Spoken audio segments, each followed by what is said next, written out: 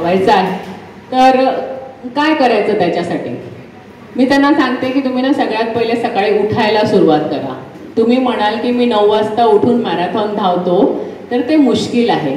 कोणत्याही गोष्टी साध्य करायची असेल ना, तर सगळ्यात पहिले आयुष्यामध्ये डिसिप्लिन आणणं खूप आवश्यक असतं. डिसिप्लिन शिवाय ना काहीच पॉसिबल होत नाही. म्हणजे मी पण त्याच फेजमधनं गेली आहे, म्हणून एवढ्या जाणीवपूर्वक सांगू शकते की मी पण 12-1 वाजता झोपणारी मुलगी होती आणि 9 वाजता उठणारी मुलगी होती. पण एक पुस्तकाने मला खूप छान ॲक्च्युली मार्ग दाखवला. 5 AM क्लब म्हणून ते पुस्तक आहे. वेळ मिळाला तर वाचा, त्याचं मराठीत पण भाषांतर आहे त्या 5 AM क्लबचं. खूप छान पुस्तक आहे, प्रेरणादायी पुस्तक आहे. त्या पुस्तकाने मला ॲक्च्युली शिकवलं की 5 वाजता उठल्यावरती जी एनर्जी आणि जो फोकस आपल्याला मिळतो, स्वतःला वेळ देता येतो आणि हे जे 2-3 तास आपण एक्स्ट्रा आपल्यासाठी देऊ शकतो ते आपल्या जीवनामध्ये किती महत्त्वपूर्ण असतात. म्हणून त्या पुस्तक वाचल्यानंतर मी डिसाईड केलं की नाही, मी आता रोज 5 वाजता उठेल आणि मी माझा वर्कआउट करेन. 5 वाजता उठल्यामुळे काय झालं की मला बरोबर 10-10:30 वाजता झोप यायला लागली. कारण तुम्ही दिवसभराचे थकलेले असतात, दिवसभर झोपत नाही, सकाळी 5 वाजता उठता. 10 वाजता TV आपोआप बंद झाला. मागच्या 5 वर्षापासून मला आठवतच नाही की मी TV बघितलेला आहे म्हणून. मग आता मोबाईल ॲक्च्युली सगळ्यांकडे असतात. मी बायकांना पण ते सांग, आमच्याकडे पेशंट्स येतात ना, मॅडम मी रात्रभर सोती नाही आहे. सगळ्यात पहिले तिच्या नवऱ्याला सांगते तिच्याजवळचा मोबाईल काढून ना तू बाजूच्या रूममध्ये ठेव, आपोआप झोपायला लागेल. म्हणलं मोबाईल बघत बसतो आपण 11, 12, 1 कसे वाजतात. ॲक्च्युली मोबाईल खूप डिस्ट्रॅक्शन आहे. एकदा मोबाईल सुरू केला आणि रील्स पाहायला सुरुवात केली, तो मोबाईल इतका हुशार असतो की बरोबर दुसरा रील पॉपअप करतो. म्हणून सगळ्यात पहिले 8 वाजता जो आता इथे कोणाचीच इमर्जन्सी नाही डॉक्टरांशिवाय, तर मोबाईल 8 वाजता बाजूला ठेवा.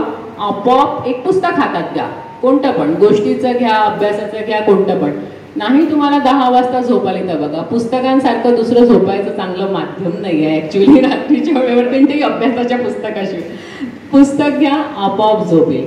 डिसिप्लिन लाईफ तुम्हाला तुमचा गोल अचीव करायला मदत करते. जेही मला विचारतात की कसं करायचं, मॅरेथॉन कसं कम्प्लीट करायचं, मी त्यांना सांगते सगळ्यात पहिले डिसिप्लिन लाईफ जगायला सुरुवात करा. 6 वाजता उठायला सुरुवात करा आणि चालायला सुरुवात करा. सगळ्यात पहिले हळूहळू स्टेप घ्या. तुम्ही म्हणाल की मला पहाड चढायचं आहे आणि मला एकदम टोकावर जायचं आहे, असं होत नाही आहे ना. तुम्हाला बेसपासून सुरू करावं लागतं, एक पाऊल पुढे टाकत जावं लागतं, तेव्हा कुठे तुम्ही त्या पहाडाच्या टॉपवरती पोहोचू शकता. तसंच कोणतीही गोष्ट शिकताना हळूहळू स्टार्ट करा, म्हणजे मग तुम्ही आपोआपच तिथपर्यंत पोहोचाल. आमच्या स्पोर्ट्समध्ये ॲक्च्युली इंजुरीज खूप होतात. इंजुरीज म्हणजे दुखापत खूप होत असते, रनिंगमुळे म्हणा किंवा सायकलिंगमध्ये म्हणा, स्विमिंगमध्ये पण, सगळ्या याच्यामध्ये, कारण शरीरावरती तेवढा ताण पडतो, तर इंजुरीज खूप व्हायची शक्यता असते. अशा वेळेवर आम्ही तेच सांगतो की तुम्ही हळूहळू तुमचं डिस्टन्स वाढवा, वेळ वाढवा, म्हणजे मग तुम्ही इंज्युअर्ड नाही होणार. आणि खाण्यापिण्यावरती नियंत्रण. मला ना खूप मजा येते, पेशंट्स येतात माझ्याकडे, मैडम ये ना बहुत बाहर का खाती है.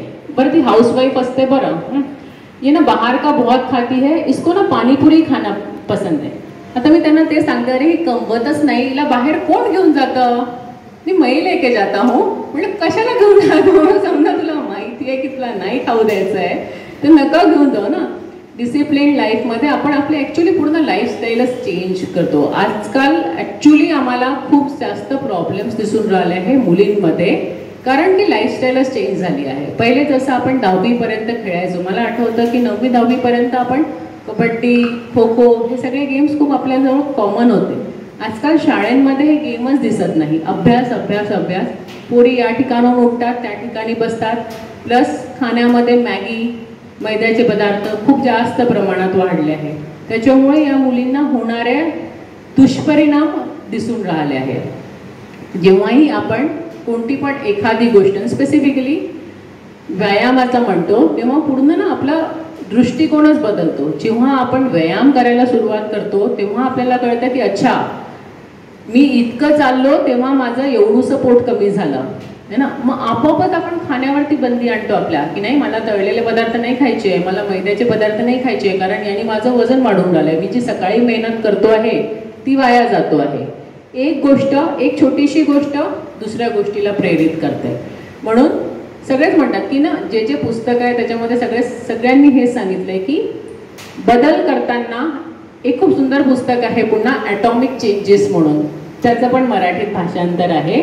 कधी वाचता आलं तर वाचा, छोटंसं पुस्तक आहे, इतकं सुंदर पुस्तक आहे ते. त्याच्यामध्ये त्यांनी सांगितले की छोटे छोटे चेंजेस करा लाईफमध्ये, खूप मोठे चेंजेस करायचे याच्यात नका पडू की मला एकदमच 42 किलोमीटर धावायचं आहे असं ठरवण्यात काहीच अर्थ नाही. मी पहिले 5 किलोमीटर धावेन, पहिले चालायला सुरुवात करेन, मग हळूहळू डिस्टन्सेस वाढवेल, याच्याकडे लक्ष ठेवायचं. तर कोणताही चेंज करताना किंवा कोणतेही हे करताना जीवनात एक छोटीशी चेंज केलं तुम्ही तर त्याचे फायदे खूप असतात. सकाळी 7-8च्या ऐवजी मी 6 वाजता उठेन, हा छोटासा चेंज कराल तर तुमचं आयुष्य खूप चेंज व्हायला सुरुवात होतं.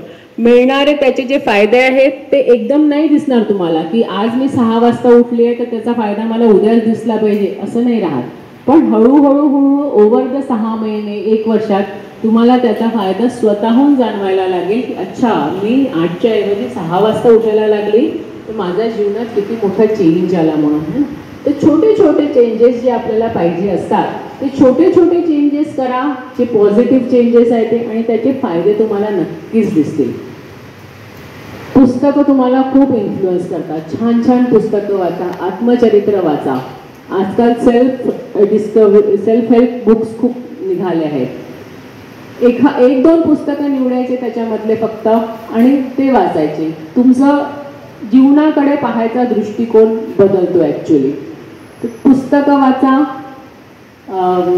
वेळ व्यवस्थित सदुपयोगी लावा. म्हणजे मोबाईल बघण्यापेक्षा ना दुसरं कोणतं तरी क्रिएटिव्ह काम करा, त्यांनी तुमच्या ब्रेनला चालना मिळते. जेव्हा आपण नुसतं मोबाईल बघत असतो ना तेव्हा एका ट्रान्समध्ये जातो आपण, आपला मेंदू काम करणं बंद करून टाकतं. जे दिसतंय त्याला आपण काही विचार न करता ग्रहण करत राहतो फक्त. त्याच्यातनं आपल्याला काही पॉझिटिव्ह गोष्ट मिळणार नसते, नुसतं एंटरटेनमेंट असतं ते, म्हणून ते आपण स्क्रोल करत जातो. पण तो वेळ वाया घालवणं आहे. माझ्या खूप साऱ्या मैत्रिणी मला म्हणतात, आता केलं ना तू आयरन मॅन, आता काय करायचं, आता बस शांतपणे घरी.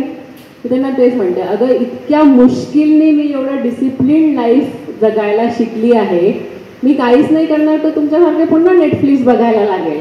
म्हणून नेटफ्लिक्स किंवा काही असं मी डाउनलोडच करत नाही माझ्या मोबाईलवरती, ज्याने मला ते लालच म्हणतो ना आपण, ते यायलाच नाही पाहिजे की मला हे बघायचं आहे म्हणून. डिसिप्लिन लाईफ जगल्यावरती जो फ्रीडम मिळतो ना, आपला एक जो मोकळेपणा मिळतो. कसं असतं ना, आता पहिले म्हणजे मी पण पहिले अशी होती ना, 2 पेशंटच्या मनात वेळ मिळाला की मोबाईल बघायची, अच्छा एक रील बघून टाकायची. पण हे ना आपण त्याचा गुलाम होऊन जातो ॲक्च्युली, की ती व्यसन होऊन जातं आपल्याला ते मोबाईल बघणं किंवा काही पण. व्यसन ना कोणत्याही गोष्टीचं वाईटच असतं. चांगलं एक्झरसाईजचं व्यसन चांगलं आहे, पण हे जे फालतू गोष्टी आहेत की मोबाईल बघणं आहे किंवा कोणतं पण व्यसन, हे वाईटच असतं. याच्यापासून दूर राहायला पाहिजे आपण. आणि ही गोष्ट आपल्याला डिसिप्लिन शिकवते की कसं आपण एक व्यवस्थित लाईफ जगायला पाहिजे म्हणून. अजून तर काही सांग